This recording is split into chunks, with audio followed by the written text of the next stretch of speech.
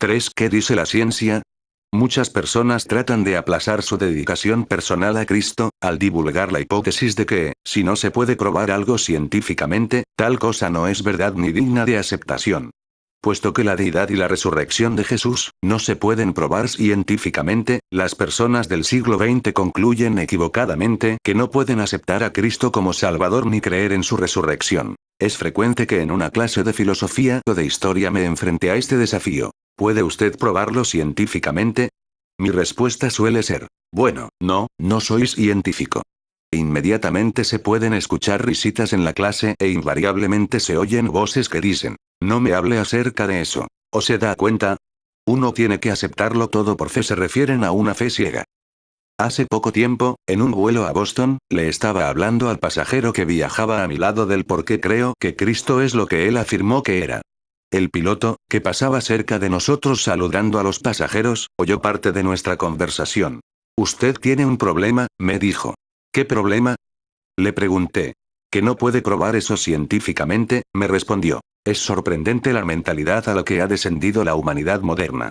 De algún modo, en la actualidad tenemos muchísimas personas que sustentan la opinión de que, si algo no se puede probar científicamente, no es verdadero.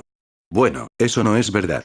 Existe un problema para probar cualquier cosa relacionada con una persona o un acontecimiento histórico.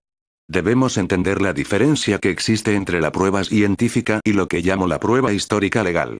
Déjenme explicar estas dos clases de prueba. La prueba científica se basa en la demostración de que algo es un hecho mediante la repetición del mismo en presencia de la persona que lo cuestiona.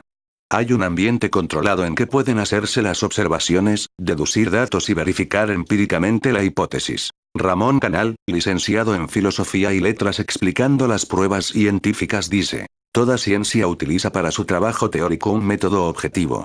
Este método consiste en un conjunto de criterios específicos que tienden a determinar decisivamente la validez de la teoría. Estos procedimientos de verificación reciben la denominación general de experimentación. La experimentación consiste en una institución sistemática de experiencias. Es la construcción controlada de situaciones nuevas destinadas a contrastar materialmente las hipótesis y resultados de una teoría científica. Está, por lo tanto, articulada con la teoría. Experimentación y teoría son los medios de trabajo que constituyen la condición misma de una investigación científica. La prueba de la verdad de una hipótesis mediante el uso de experimentos controlados es una de las claves técnicas del moderno método científico. Por ejemplo, alguien dice, el jabón marca Ivor y no flota. Llevo, pues, a la persona a la cocina, vierto 20 centímetros de agua en el fregadero de los platos, a una temperatura de 82,7 grados F y dejo caer allí el jabón. Se hacen las observaciones, se sacan los datos, y con esto ha sido verificada empíricamente una hipótesis. El jabón marca Ivor y flota. Ahora bien, si el método científico fuera el único método para probar algo, no podrías probar que estuviste presente en tu primera hora de clase esta mañana, o que hoy almorzaste. No hay modo de repetir esos eventos en una situación controlada. Esto es lo que se ha llamado la prueba histórica legal, que se basa en demostrar que algo es un hecho que está fuera de toda duda razonable. En otros términos, se llega a un veredicto basado en el peso de las evidencias. Esto quiere decir que no haya base razonable para dudar de la decisión.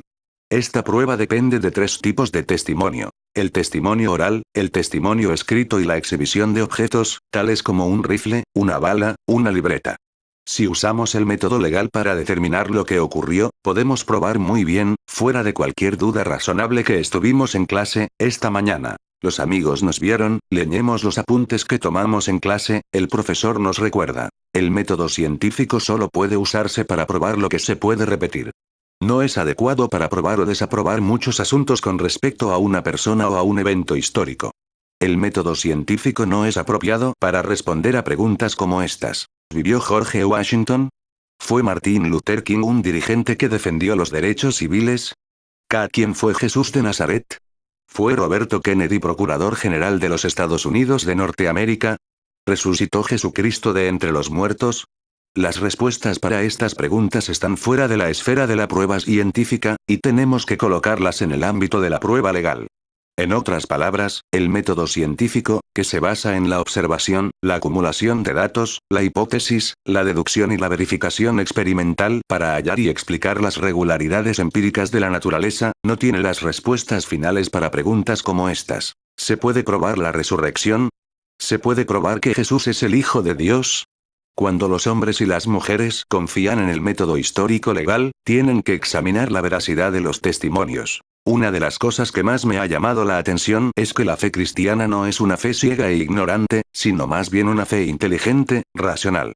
Cada vez que en la Biblia se invita a una persona para que ejerza la fe, se trata de una fe inteligente. Jesús dijo en San Juan 8. Conoceréis la verdad, no dijo, la ignoraréis. A Cristo se le preguntó, ¿cuál es el gran mandamiento en la ley? Él respondió, amarás al Señor tu Dios con todo tu corazón, y con toda tu mente.